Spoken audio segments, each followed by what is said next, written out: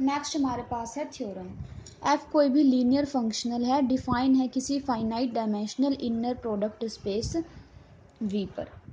F कोई भी functional define किसके ऊपर, finite dimensional inner product space V पर। फंक्शनल है तो इसका मतलब जो इसकी कोडोमेन होगी वो कोई फील्ड होगा, ठीक है, ये हमने पहले पढ़ा था।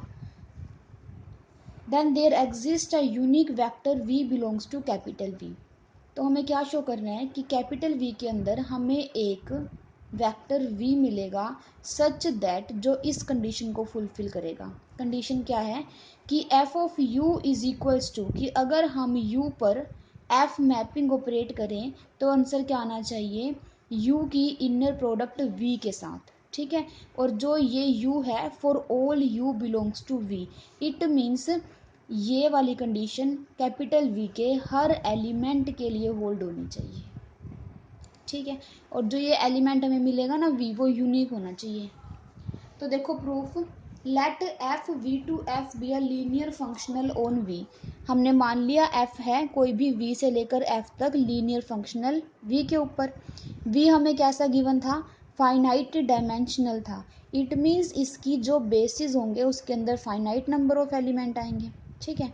तो हमने लेट कर लिया एस कोई भी सेट u1 u2 un जिसके अंदर n नंबर ऑफ एलिमेंट जा रहे हैं, और ये क्या है, ऑर्थोनॉर्मल बेसिस मान लिया हमने vf का, ठीक है।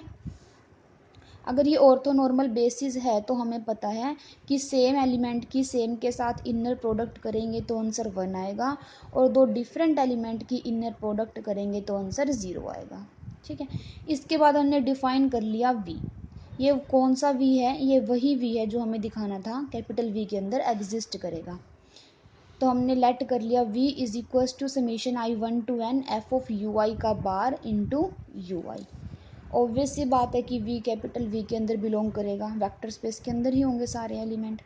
तो इसके बाद हमने क्या डिफाइन किया, एक मैपिंग डिफाइन की g। Define a mapping g v to f such that g of alpha is equals to alpha की इनर प्रोडक्ट v के साथ for all alpha belongs to v। देखो ये सेम वही मैपिंग है जो हमने f दिखानी थी। तो हमने क्या किया कि एक g मैपिंग मान ली, यहाँ पर जस्ट u एलिमेंट चल रहा था और यहाँ पर अल्फा चल रहा है, और अल्फा भी देखो सेम कंडीशन है ना, for all alpha belongs to v और for all u belongs to v। हम इसको ट्रू दिखा देंगे तो वो अपने आप हो जाएगी, हम लास्ट में दिखा देंगे f और g कैसे हैं, इक्वल है, ठीक है। तो हमने एक मैपिंग डिफाइन कर ली g v टू f, हम लेकर चल पड़े ये वाली चीज़ जो हमें प्रूफ करनी थी, और दिखा देंगे कि जो g मैपिंग है वो f के इक्वल है, तो हमें मिल जाएगी एक मैपिंग f जो इस कंडीशन को सेटिस्फाई करेगी। देखो let A B belongs to field F. अब हम क्या दिखा रहे हैं कि जो जी मैपिंग हमने डिफाइन की है ये एक लीनियर ट्रांसफॉर्मेशन है। तो लीनियर ट्रांसफॉर्मेशन के लिए क्या दिखाते हैं कि मान लो जी को लीनियर ट्रांसफॉर्मेशन दिखाना है तो a u plus b v is equals to a g of u plus b g of v, ठीक है। अगर जी इस कंडीशन को फुलफिल करता है तो हम क्या कह देंगे कि जो जी मैपिंग है वो एक लीनियर ट्रांसफॉर्मेशन है। तो हमने डिफाइन कर ली एक mapping G V to F such that कि g of alpha is equals to alpha v की inner product for all alpha belongs to v। अब इसे क्या दिखाना है हमने, लीनियर ट्रांसफॉर्मेशन, तो दो एलिमेंट फील्ड के लिए, दो एलिमेंट वेक्टर स्पेस के लिए। तो g को ऑपरेट कर दिया a alpha plus b beta के ऊपर। तो ये किस तरीके से डिफाइन है मैपिंग कि इसकी मान लो अगर अल्फा के ऊपर डिफाइन था तो क्या था कि अल्फा की इनर प्रोडक्ट v के साथ हो रही थी। अब जी हमने इसके ऊपर g ऑपरेट करना है तो इसकी इनर प्रोडक्ट किसके साथ हो जाएगी, v के साथ। अब इनर प्रोडक्ट हमें पता है बाय थर्ड प्रॉपर्टी इसी तरीके से ओपन होगा। अब ये क्या बन गया, जी ऑफ अल्फा और ये जी ऑफ बीटा। तो हमारे पास ये वाली चीज़ आ गई, तो ये वाली चीज़ इक्वल हो गई इसके। तो इसका मतलब क्या हो गया कि जो जी है वो एक लीनियर ट्रांसफॉर्मेशन है। इसने जी को लीनियर फंक्शनल बोल रखा है क्योंकि जो जी की को डोमेन है वो एक फील्ड है, ठीक है। इसके बाद देखो फॉर, अब हमने जी ऑफ यू जे निकाला, यू जे कोई भी बेसिस का एलिमेंट है, तो जी ऑफ यू जे क्या आएगा, यू जे की इनर प्रोडक्ट वी के साथ। इसी तरीके से डिफाइन थी मैपिंग। तो यू जे, अब वी की वैल्यू हमने जो लेट की थी वो हमने यहाँ पुट कर दी। अब देखो फंक्शन यू आई, मतलब यू आई के ऊपर हमने एफ ऑपरेट किया हुआ है, और हमें पता है कि फंक्शन एफ लगने के बाद वैल्यू फील्ड में जाएंगी, इट मीन्स ये कोई स्केलर होगा। मतलब जो ये वैल्यू होगी ये किसी स्केलर की वैल्यू होगी। तो अब इसको कैसे लिखेंगे, विच इज इक्वल्स टू, अब स्केलर को अगर पीछे वाली टर्म में ना स्केलर, और जब पीछे वाली टर्म से स्केलर बाहर आएगा तो उसके ऊपर कॉन्जुगेट आएगा। अब इसके ऊपर तो पहले ही कॉन्जुगेट है, तो एक कॉन्जुगेट और हमें पता है डबल कॉन्जुगेट तो सिंपल आ जाएगा, इसको g double conjugate is equals to g. ठीक है, ये वाली चीज़ होती है ना, इसको ए मान लो, स्केलर है ना, तो A double conjugate is equals to A के इक्वल होता है।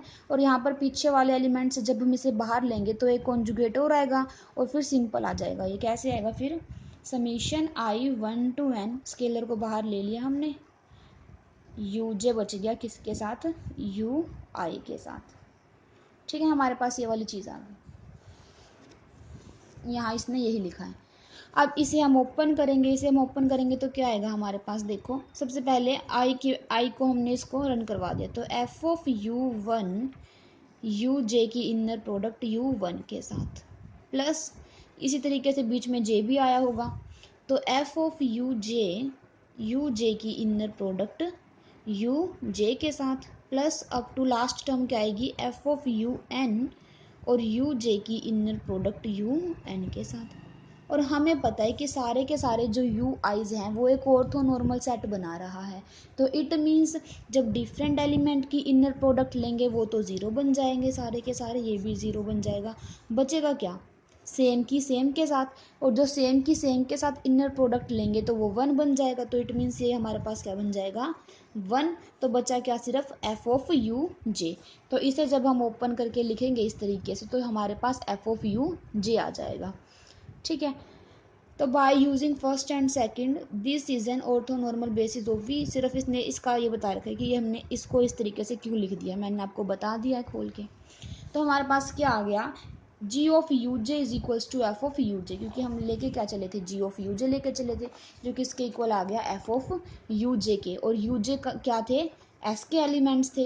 इट मीन्स बेसिस के ऊपर एफ और जी फंक्शन इक्वल आंसर दे रहा है, तो इट मीन्स पूरे के पूरे वी के ऊपर भी इक्वल आंसर देगा, ये हम पहले कर चुके हैं कि अगर बेसिस के ऊपर दो फंक्शन इक्वल हैं तो वो पूरे के पूरे वेक्टर स्पेस के ऊपर इक्वल हो जाएंगे। ठीक है, तो यहाँ से हमारे पास क्या आ गया कि f इक्वल टू जी, और हमें मिल गया मतलब फंक्शन f अगर f g के इक्वल है तो ये वाली कंडीशन को, इस कंडीशन को तो g सेटिस्फाई कर ही रहा है, इट मीन्स इसको f भी सेटिस्फाई कर जाएगा।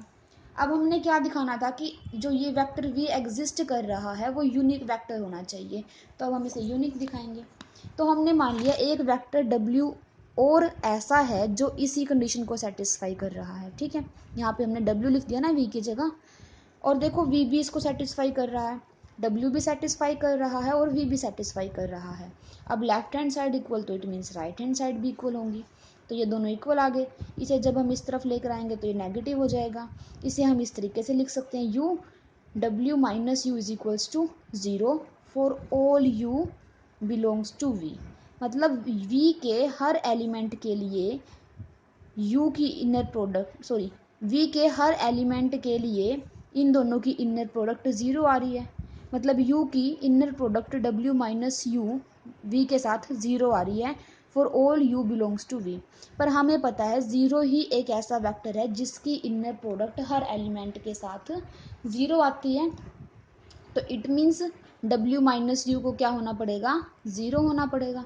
तो w minus V is equals to zero, it means w is equals to v। हम दो लेकर चले थे कि हमने माना था कि w भी ऐसा एलिमेंट है जो इस कंडीशन को सेटिस्फाई कर रहा है, बट हमने दिखा दिया कि w किसके इक्वल है, v के equal, it means uniqueness proof हो गई हमारे पास।